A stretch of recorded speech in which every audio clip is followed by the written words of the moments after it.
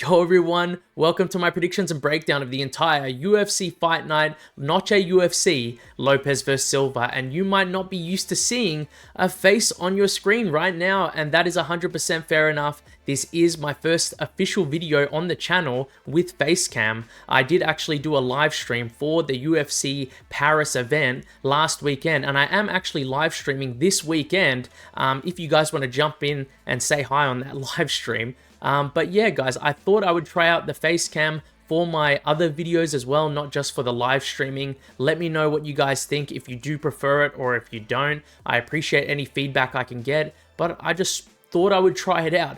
Also, if you guys see me looking down a lot of the time, just know I've written paragraph after paragraph of a script for this video. I just have so many fighter notes in front of me, so that's what I'm looking down at the whole time. I'm sorry if I can't stare into the camera the whole time. But yeah, guys, also, if you do like the videos, please leave a like. It really does help me out, and I appreciate it a lot. But let's get into the video now.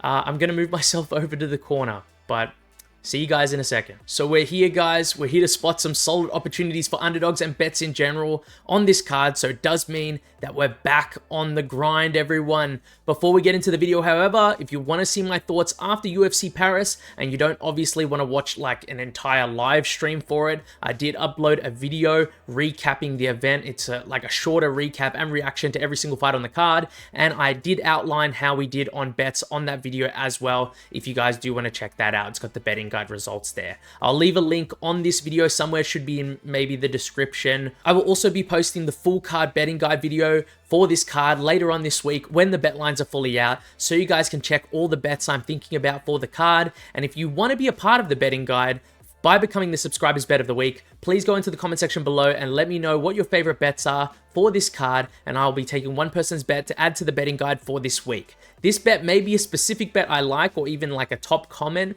on the video. If you think you got a solid bet in mind, feel free to leave a comment in the comment section below.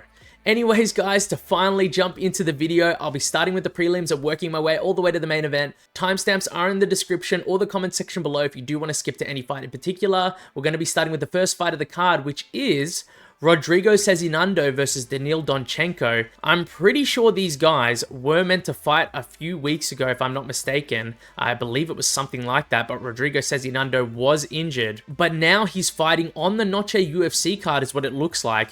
So I do guess the injury wasn't as bad as what I thought it was. But anyways, I did watch quite a bit of fight tape on both guys. Probably a little bit more on Sezinando than Donchenko, just due to what was available to me. But still, I did manage to watch quite a few fights from both of them. And honestly, first up, both guys, at least to me, don't really seem that great or that high level if you want me to tell you about their potential inside the UFC, like inside the rankings. I'm pretty sure as of right now, at the time of recording this video, Donchenko is almost 2-1 as a favorite, if I'm not mistaken, as well. And I don't really agree with that. I think if you want to talk about the strengths of both guys, I really do think this one ends up falling down to being like a pick'em fight, in my opinion.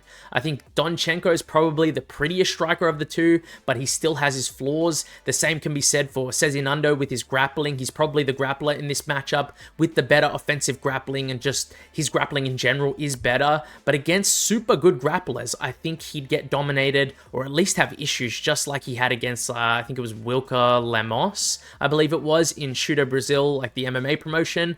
I personally see myself leaning towards the underdog in Sezinando in this matchup, and it's for a couple of reasons that I'll get into right now. I think I've watched a bit of fight tape from Donchenko, and even though he moves around a lot and he will be the cleaner striker in this matchup, I do think he actually does get hit still quite a lot, and I don't think he's as durable at Sezinando either. I think I saw at least 2 fights where he got cracked by a decent shot. It was affecting him significantly as well, like to the point that I noticed that he got hurt by the punch.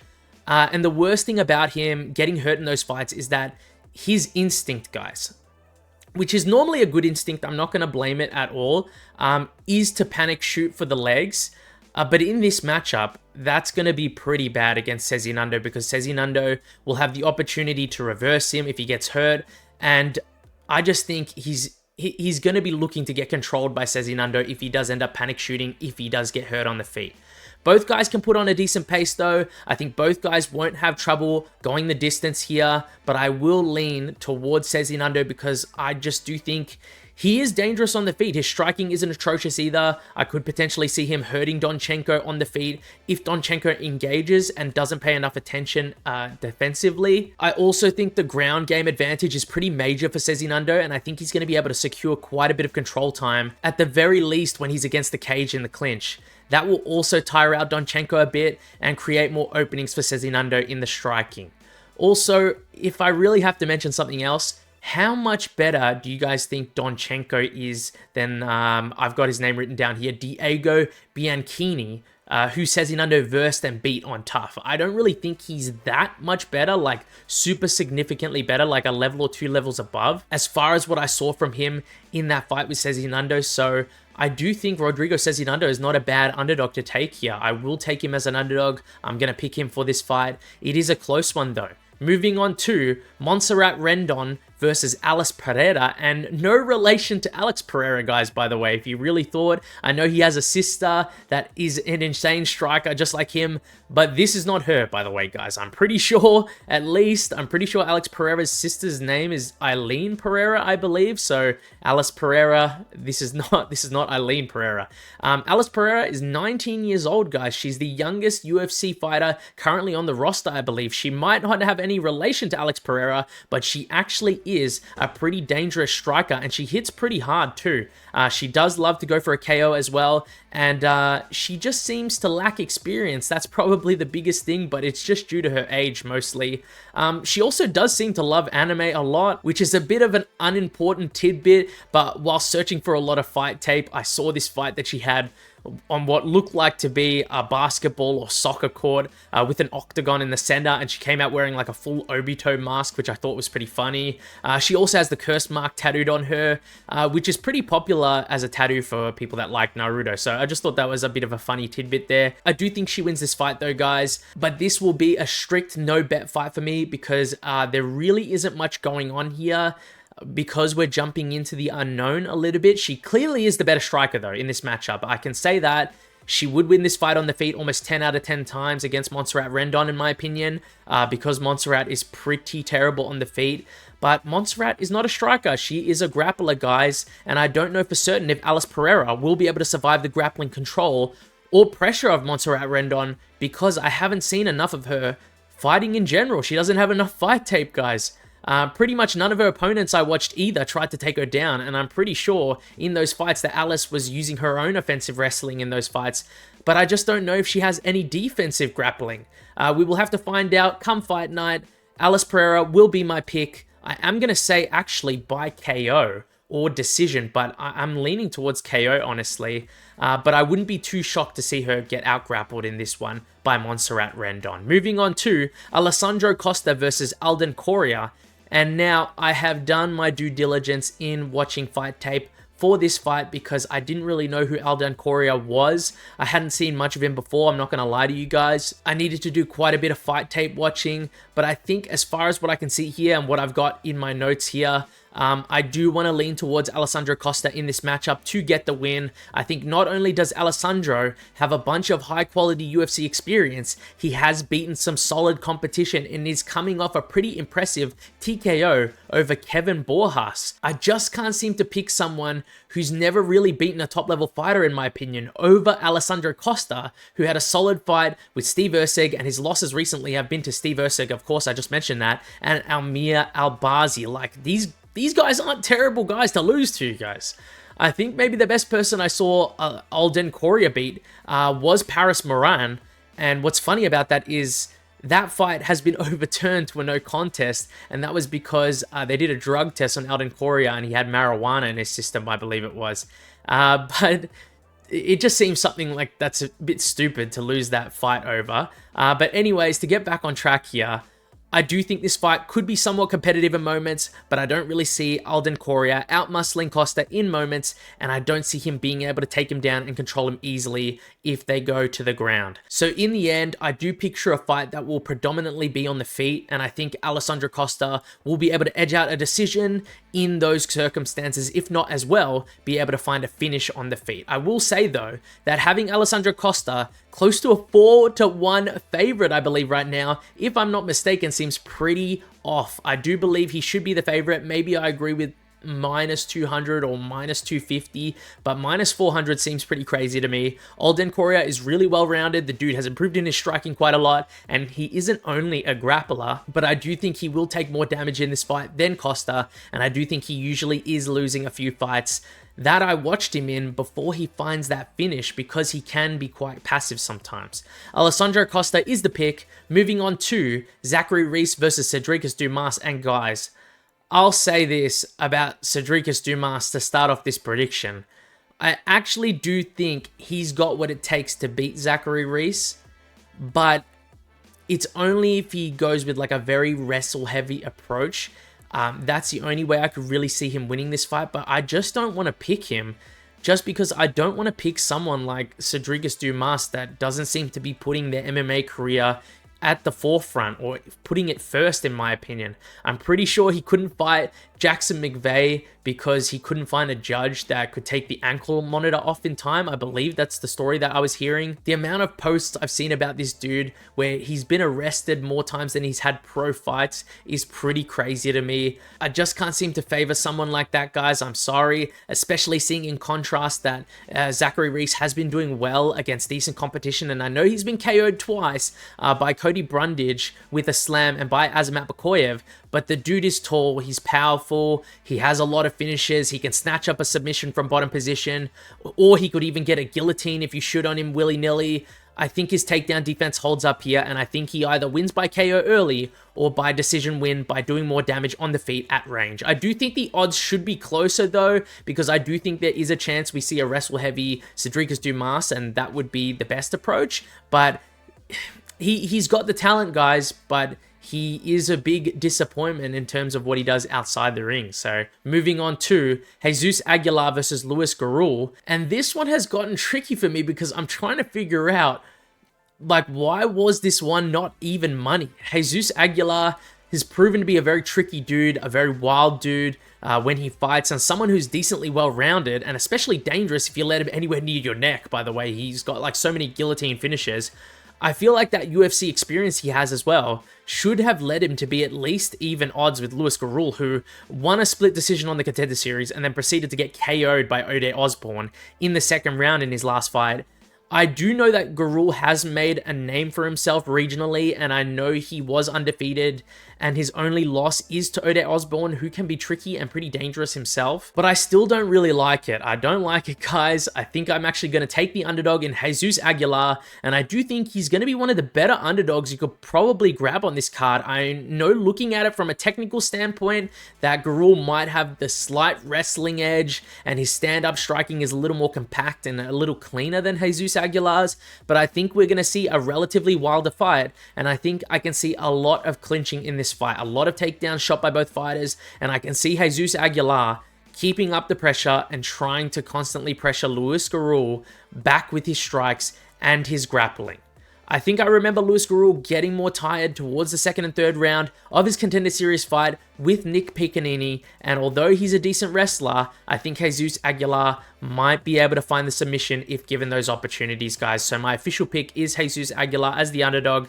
Moving on to Tatiana Suarez versus Amanda Lemos. And now I'm going to actually say, I'm going to pick Tatiana Suarez off rip. I'm going to pick her to win this fight, but I did think about jumping on the underdog pick in Amanda Lemos here, and I'll say straight up, these odds are busted, guys. They're pretty busted. Amanda Lemos has a big chance to win this fight on damage. Like, when you think about it, I know why the odds makers might have done this. I've got it written in my notes. I wrote it down. I've seen Amanda Lemos. She's been controlled. She's been out-wrestled. She's been submitted by what people might consider to be lesser wrestlers, which is setting quotation marks like this, guys. I can actually show you with the face cam now, the quotation marks. But she's been controlled by lesser wrestlers, guys. But those wrestlers were Verna Jandaroba and Zhang Wei Li, which is... they're pretty insane, guys. They're not lesser wrestlers, massively at least, to Tatiana Suarez. That must be why the odds are the way they are. They're probably envisioning like a very dominant first or second round submission win with the grappling. But Werner Jandaroba and Zhang Weili at least set up the takedowns with some striking, and they had something on the feet to distract Amanda Lemos with. Tatiana Suarez literally has nothing on the feet, so it's not crazy to say that I could see Amanda Lemos stuffing some takedowns and reversing some positions so she can just do enough damage to win a decision here. But the thing is, Tatiana Suarez is really good at getting the takedown from the body lock. From the fight tape that I was watching, and I've been watching so much, that takedown seems to work so much on Amanda Lemos, guys. So much, it's ridiculous. Like, it really is ridiculous. Even in the fights that she's won against some grapplers, it seems like that takedown still works. I watched the Yasmin Lucindo fight, and Yasmin still caught that takedown on her. My official prediction will be Tatiana Suarez being able to secure the takedown via the body lock and finding the submission at some point in this fight. Maybe the first 2 rounds, guys, if I had to give you a precise prediction. But please, if your gut tells you guys you want to go with Amanda Lemos and you think she's an insane underdog, she's great value, go for it. I'm not going to stop you at all. I do think she's a pretty good underdog, guys. And I do think she's a super solid underdog for the price that you're getting. Moving on to Claudio Puelles versus Joaquim Silva. And this fight is going to be relatively low level in my opinion. I do, however, think that both guys have some good qualities that could give issues to fighters inside the rankings. But I also do think that both guys have glaring deficiencies in their game, in my opinion, like Claudio Puelles. He's a pretty solid wrestler. He's got nasty BJJ and submissions, but the dude literally has no hands. He's got no hands whatsoever, and in a lot of his fights, he just seems to take a beating, guys. He takes a lot of a beating. Joaquim Silva, on the other hand, he's quite a powerful dude. He's one of the more physical guys in the division as well. But the dude doesn't really seem to do anything that well, in my opinion. He can be outdone by mid-strikers, he can be out-wrestled by mid-wrestlers, and the dude also seems to make some pretty silly mistakes in his fights. I think this one is really going to come down to what you guys probably prefer more, in my opinion, which is fair enough. But Puelles really did just lose a split decision to Ferreira. And Ferreira is pretty good, guys. He's pretty dangerous on the feet as well, and Puelles really managed to ragdoll him at points in pretty much every round of that fight, if I believe I'm remembering correctly. I don't know, guys. Like, these are the things I'm thinking about. I think I'm slightly leaning towards the underdog in Claudio Puelles here, since I think the wrestling and BJJ danger might play a bigger factor in this fight. Joaquim Silva seems to jump the guillotine a lot in his fights as well, and I think if he does that in this fight, against a grappler like Puelles, when Puelles shoots in, it'll end pretty terribly for him. So Claudio Puelles is the pick here, guys, but it is pretty much a pick and fight. Moving on to Jose Medina versus Dusko Todorovic. And you know what? I actually feel pretty bad for both these guys. Like, we know these guys are not champs or anything. Like, they're not going to get anywhere massively up the rankings, in my opinion. But still, these guys have been put up against some nasty competition on their UFC stints. Like, I'm reading out right here. Jose Medina fights Magomed Gatziaslov on the Contender Series. Then he fights Zachary Reese, who had a lot of finishes and was looked at as a dangerous prospect initially at the time. And then his most recent fight and loss was Atiba Gautier, which is ridiculous, guys. Like, they're just serving up this dude to the slaughterhouse, and this might be maybe the least dangerous matchup he's had for a long time. But look at Dusko Todorovic's opponents as well, and remember, both guys have lost and fought decent levels of competition. Like, Dusko's first loss in the UFC was Punahele Soriano, who was undefeated at the time. Then he fought Gregory Rodriguez after that. He wins one, and then he fights Chidi Njokuani. He wins one and fights Christian Leroy Duncan, then Mansour Abdul Malik, and then Zachary Reese back to back to back. It's pretty insane. Like, it's pretty insane. I thought he didn't look terrible in the Zachary Reese fight. At least he was trying to shoot some takedowns in this fight. I know he shot a lot, I believe he did. He secured a few of them as well. I'm really just sort of trying to mention this because you guys might not realize how the UFC sort of does fighters dirty, trying to build up other fighters. I think this matchup, though, overall, I'm going to have to go with Dusko Todorovic. I will favor him. I just believe he's more well-rounded. I can really see him shooting takedowns in this fight and then working them perfectly as well to get some more control time. Jose Medina is super tough and he's super durable on the feet. He does also hit harder than what you might think, but the dude can just be taken down and he can be controlled fairly easily, and I think that's something I can't really overlook. I will say, though, that these odds just seem a little wide. Like, maybe 2-1 would have been okay, but closer to 4-1 just seems pretty wide to me. Jose Medina has a solid chance, though, guys, and I don't necessarily think that Jose Medina inside the distance, decision no action as a bet is the worst bet I've ever seen. I think it's not too bad, since the dude does really hit hard and he can get quite scrappy. He's also got a chin on him as well, and I do think Dusko Todorovic isn't super durable, so I think that's not too bad. Dusko Todorovic is the pick though. Moving on now to the main card, Santiago Luna versus Quang Le, and this is a funny one because Santiago Luna is currently the favorite as of the time of recording this video. He's 6-0, but he's making his UFC debut fighting mostly in the UWC. If you haven't seen him before, the guy is decently well-rounded, but he's 100% a dominant grappler. He is looking to take you down. He's looking to get the submission, guys. That's the main game plan for him, but he does have some decent power and some striking to back it up, but I don't think the striking and the inexperience that he has is gonna be great enough to beat Quang Le, in my opinion. I think Quang Le is a pretty solid grappler himself. He's shown that in his fights with Chris Gutierrez and in his most recent fight against Gaston Bolanos. So I don't really see Santiago Luna just coming out and being able to like dominate him easily with the grappling and just like out wrestling him to find an early submission. I think he might face a good amount of adversity in this fight. I do think this fight is going to be a competitive fight, but I do ultimately think I'm going to go with Quang Le to win this one by decision as an underdog. The only thing I worry a lot about for Lee is the fact that he can be pretty hittable sometimes, and he does need to be wary of the power of his opponents. But I do think he wins this one on damage, guys, by keeping this fight standing or potentially reversing position in the grappling. Another underdog pick for you guys there, right? So moving on now to Alexander Hernandez versus Carlos Diego Ferreira. And this one is where I feel like it should be exactly even, and I'm sure it's going to get to that as well at some point. I'm sure the odds are going to even out. I am seeing Hernandez as a slight favorite as of the time of recording this video though, and I do think I am going to pick Carlos Diego Ferreira here to get the win. He's a hard dude to beat, and I know Alexander Hernandez is coming off a first-round KO win over Chase Hooper, but Chase really doesn't have any striking. He's got no massive finishing ability on the feet either, and Carlos Diego Ferreira is a dude who is super durable as well. He doesn't mind a scrappier fight. He's pretty solid on the feet. He's got power as well. Always willing to press forward with some solid cardio and try to pressure you back towards the cage. Dude, the dude's got pretty decent takedown defense and a pretty solid scramble ability to get back up to his feet as well. Maybe as long as he's not versing someone like a Grant Dawson or Mateus Gamrod. But guys, Carlos Diego Ferreira is my pick here. I think this fight is going to be a relatively competitive one, just like the previous fight I was talking about. But I do think Diego Ferreira is going to start to take over towards maybe the second or third rounds. He's just going to take over around then. We might see him pull off a bit of a Diego Ferreira versus a Mateus Rebecki performance if you guys haven't seen that fight.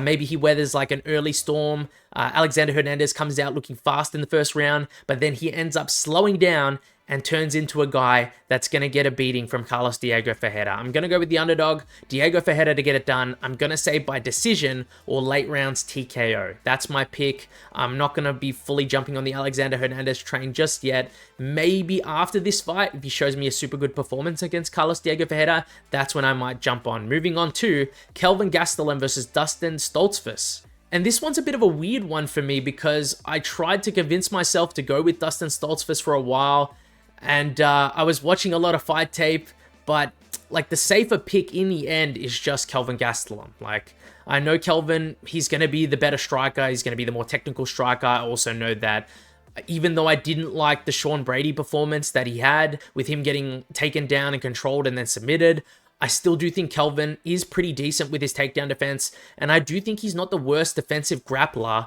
or he's the worst on the ground either, just because of that fight. Odds should be a bit closer though, in my opinion, because I could see Dustin Stoltzfus being able to take Kelvin down and being able to control him on the ground.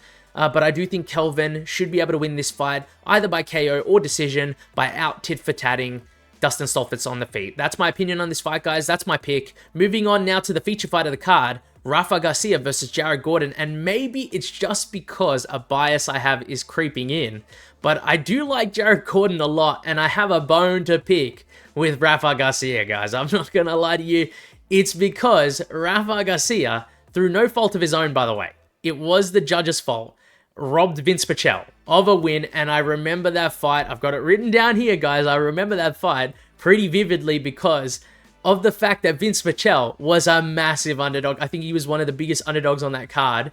And When I mean massive, he was massive, guys. Like, massive underdog. I picked him outright to win as well. I put a big bet on him too. So when he lost by unanimous decision, by the way, that really tells you, like, these judges, like, they need to get some eyeballs. But when he lost by unanimous decision, I was pissed off. I'm not going to lie, guys. So, but regardless of all this, regardless of this tangent that I'm going on, I do really think that Jared Gordon can win this one with his striking advantage. I have said it many times before during other videos, during my live streams recently as well, but I do think Jared Gordon might be one of the most underrated dudes in the UFC, and he's just one of the unluckiest fighters in the UFC too. Jared Gordon should have arguably had 2 more wins on his resume and 2 less losses, in my opinion, because he did beat Paddy Pimblett, in my opinion, and he beat Nasrat Haqparast as well. I'm telling you guys, he should have won those fights on the scorecards, and he has always looked better than what people give him credit for, especially in the boxing. He's coming off a nasty first-round KO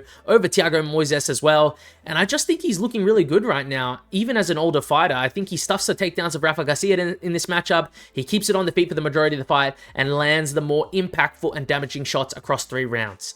My biggest concerns, though, for me personally, are probably the takedowns and potential control time, because I do think that Jared Gordon can be taken down and can be controlled, but his takedown defense is pretty decent. Maybe I think it's a 29-28 decision win for Jared Gordon if I had to predict it perfectly there. Moving on to the co-main event of the card, Rob Font versus David Martinez, and now a little about this matchup. I've written it down here, guys, because we had a very different co-main event just before. Obviously, Raul Rosas Jr., Chiwiwis, right? He was meant to fight with Rob Font, but he did pull out, and they just told David Martinez, like, hey, man, want to take a step up and fight Rob Font in the co-main event of this card? And the guy must have just said, you know, sign me up, guys. Like, he was meant to fight on this same card against Quang Le, but now Quang Le is fighting that UFC newcomer in Santiago Luna. So there has been a little bit of, like, some switch swapping going on. But to talk about this current matchup here, to be honest with you guys, this is a pretty tough one to pick. I've been pretty back and forth on who I'm picking, honestly.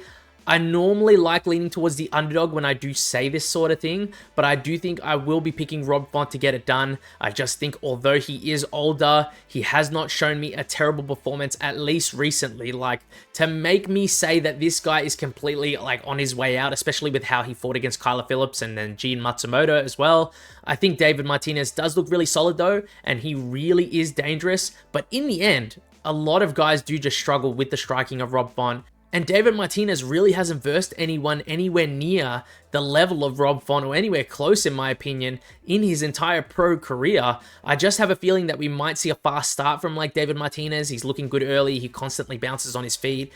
He's darting in and out. He's working his boxing maybe. He's landing shots. He's got a super fast rear kick as well. I assume that's going to pop out as well. But I think at some point in time, maybe towards the end of the first, we will notice that Rob Font's jab will start finding its mark more. His pressure will be better. His combinations will look a little bit cleaner. And I do think he's going to rack up more damage than David Martinez over the course of this fight in the end to get the win. I worry, though, for Font, because it's the reason why I was close to picking David Martinez here, and that is that he really is prone to taking some massive shots and taking some massive damage, and I don't think I would like to see him taking some of the biggest shots that Martinez can throw out. That's just something that's my opinion.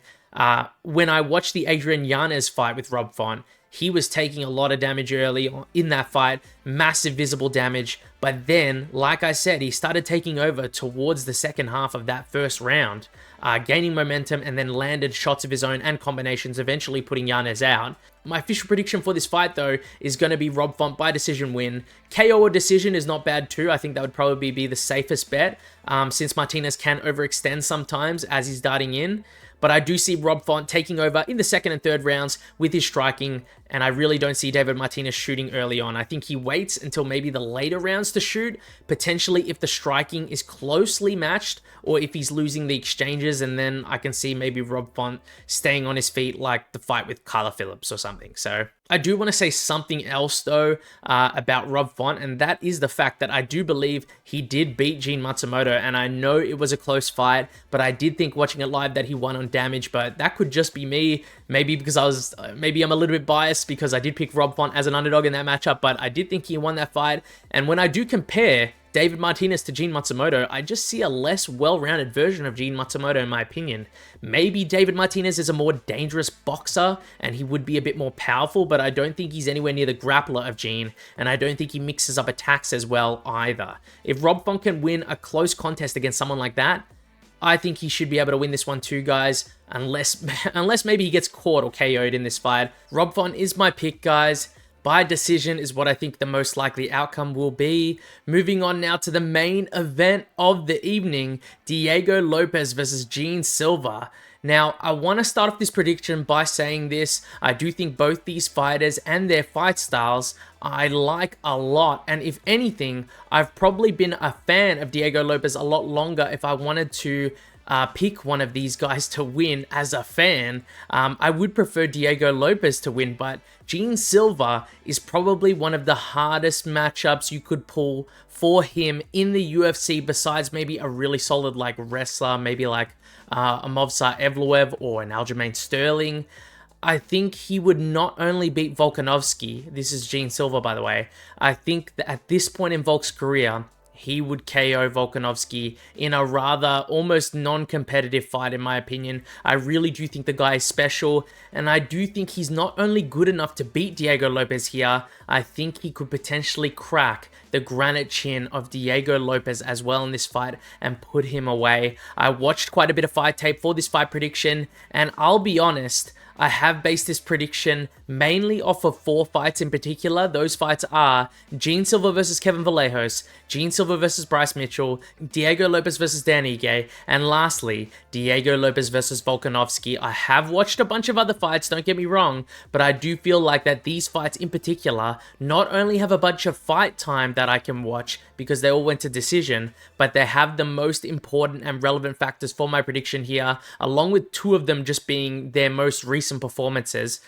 When I watch Gene Silva versus Kevin Vallejos, I see Gene Silva a little loose and almost analytical early. He looked very good, but you could tell he was showing quite a bit of respect to someone like Vallejos early on because the guy is dangerous and extremely talented with his boxing, and in my opinion, he's another guy I can see going to the top of the featherweight division, and personally, I do think Vallejos is more technically sound and a better pure boxer than Diego Lopes. But going back to this fight, I think I remember giving Kevin Vallejos the first round, but Gene was super calm still, and I was wondering how the rest of the fight would go, and then going into the second round, Gene Silva literally, it was like he flipped the switch. He completely had a different guard. He started walking into Kevin Vallejos. He was pressuring him with the high guard, landing more combinations, using more step-in elbows. He was stepping in, lead elbow forward, and the dude just seemed to up the level and speed significantly, like to the point that Vallejos almost had no answer for Gene Silva anymore. He almost got finished in that fight in both the second and third round, if I remember correctly. I think Gene's ability to adapt, on top of his technical advantage in the striking, is just gonna be too much for Diego Lopes in my opinion. But remember guys, even though that I say all of this, I need you guys to recognize one thing, and I'm sure a lot of you already know what it is that I'm probably going to say when I'm speaking of Diego Lopes. The dude's insanely dangerous, no matter where the fight can go. He's great on the ground, he's great in the stand-up, he's extremely durable as well, extremely powerful, but the true thing that maybe a lot of people might overlook in this matchup that could cause issues for someone like Gene Silva is the fact that Diego Lopes is truly one of those guys that is very okay at throwing at the same time as their opponent, even if he has to eat a shot in the process. This is a super big thing that I thought to mention, guys, because not many guys do that. A lot of guys sort of do this thing where they will wait their turn, so to speak, and be super careful when they're entering the pocket. But Diego, for better or for worse, will throw back, and the dude will almost always deal more damage to you than you will to him in that sort of exchange. We saw this so much in a lot of his fights, but especially in his fight most recently against Volkanovski. That's the concern I have for Gene Silva in this matchup, guys. I think his chin is relatively untested, and against a massive power puncher that can hurt you and could finish you on the ground with submissions as well while you're hurt, I can never truly count out a guy like that. My official prediction for this fight will be Gene Silva by KO. But if anyone wins a decision victory here, guys, it will be Gene Silva, in my opinion. I don't see Diego Lopes winning a decision. If Diego does win this fight, it will be by finish, either by KO or submission. So if you did want to throw sort of a prop on Diego Lopes, if you are picking him, maybe I think Diego by finish is my recommendation for that. I will also be rooting for Diego Lopes as a fan as well in this matchup, but I really do think that Gene Silva catches him badly in either rounds 2 or 3 in this fight. That's my prediction for the main event, guys, and that wraps up my full card predictions and breakdown of Noche UFC Fight Night, Lopes vs. Silva. If you guys have any thoughts or any questions for me regarding the card, anything about the UFC or anything in general, please leave me a comment in the comment section below, and I will respond to everyone and